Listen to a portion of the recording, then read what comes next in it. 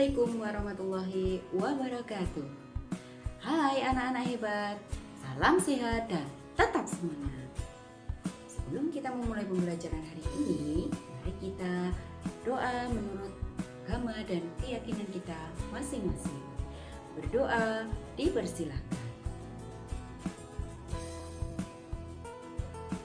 Tak lupa dan tak bosan, Bu Guru selalu mengingatkan untuk anak-anak agar selalu mematuhi protokol kesehatan dengan cara 5M.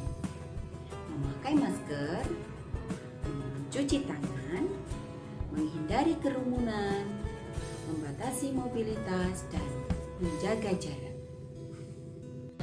Anak-anak hebat semuanya, pada pertemuan kali ini kita akan belajar materi kelas 4.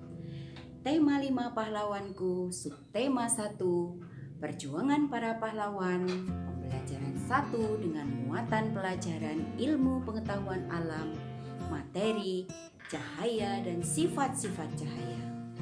Ayo segera siapkan alat tulisnya dan buku-buku pelajarannya. Kita simak video selanjutnya. Sebelum kita memulai pembelajaran lebih lanjut, tahukah kalian apa itu cahaya? Cahaya adalah energi yang dihasilkan oleh sumber cahaya. Adapun yang dimaksud dengan sumber cahaya adalah benda-benda yang dapat memancarkan cahaya sendiri.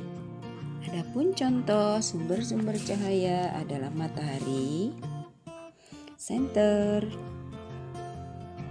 lampu, lilin dan api, serta hewan yang mampu menghasilkan cahaya sendiri yaitu kunang-kunang.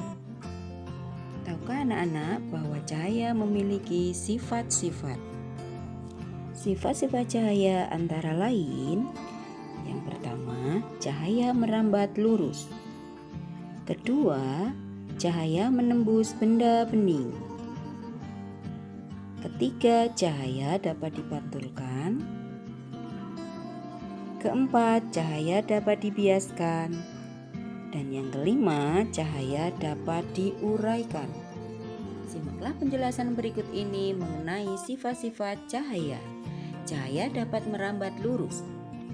Tahukah kalian bahwa cahaya matahari yang masuk ke rumah kalian adalah salah satu contoh dari cahaya merambat lurus?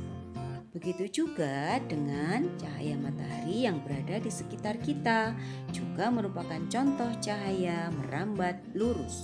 Cahaya yang merambat lurus akan menyebabkan terbentuknya bayangan dari benda yang terkena cahaya.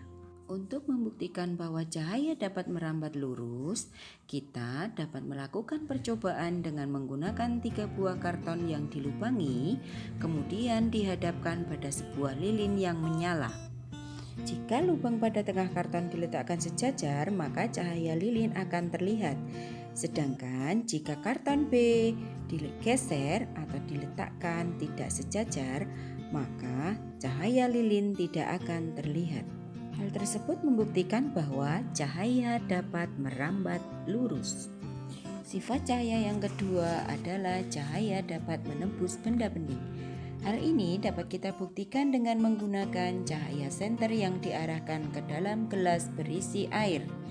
Cahaya dari senter akan menembus kaca dari gelas yang kita gunakan. Dari tayangan gambar dapat kita lihat bahwa cahaya senter yang mengenai gelas atau benda bening, maka cahayanya akan diteruskan.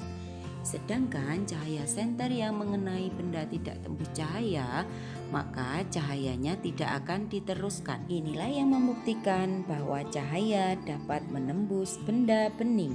Sifat cahaya yang ketiga adalah cahaya dapat dipantulkan. Cahaya yang mengenai suatu benda dapat dipantulkan secara teratur dan tidak teratur tergantung pada permukaan benda yang dikenai cahaya tersebut. Hal ini dapat kita buktikan dengan percobaan menggunakan senter dan 2 buah cermin datar. Cahaya senter diarahkan ke salah satu cermin, kemudian cermin pertama diarahkan ke cermin kedua, maka cahaya akan memantul ke cermin kedua.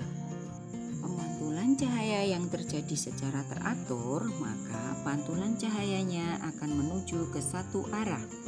Sedangkan pemantulan cahaya yang tidak teratur akan menuju ke segala arah. Pantulan yang tidak teratur ini disebut juga dengan pemantulan baur atau difus. Sifat cahaya yang keempat adalah cahaya dapat dibiaskan. Dengan melihat gambar, apakah yang ada dalam pikiran anak-anak? Anak-anak tentu bertanya-tanya, bagaimana bisa sedotan yang ada pada gelas terlihat seperti patah? Tentunya hal ini bisa dijelaskan apa penyebabnya. Cahaya merambat melalui dua medium yang berbeda, misalnya dari suatu zat ke zat lain dengan kerapatan yang berbeda. Cahaya tersebut mengalami pembiasan atau pembelokan. Medium adalah zat perantara yang dilalui. Kerapatan zat masing-masing berbeda-beda. Kerapatan gelas bening lebih besar daripada kerapatan air jernih, sehingga kerapatan air jernih lebih besar daripada kerapatan udara. Hal inilah yang menyebabkan terjadinya sedotan di dalam gelas terlihat seperti bengkok. Peristiwa inilah yang membuktikan bahwa cahaya dapat dibiaskan. Sifat cahaya yang kelima adalah cahaya dapat diuraikan. Sinar matahari yang kita lihat berwarna putih, namun sebenarnya sinar matahari terdiri atas bermacam-macam warna. Warna matahari dapat terurai oleh titik-titik air di udara setelah turun hujan. Hal inilah yang menyebabkan terjadinya pelangi ketika setelah turun hujan. Peristiwa inilah yang membuktikan bahwa cahaya dapat diuraikan. Demikianlah materi tentang cahaya dan sifat-sifat cahaya yang bisa saya sampaikan. Semoga bermanfaat dan tunggu video-video materi selanjutnya. Terima kasih. Wassalamualaikum warahmatullahi wabarakatuh.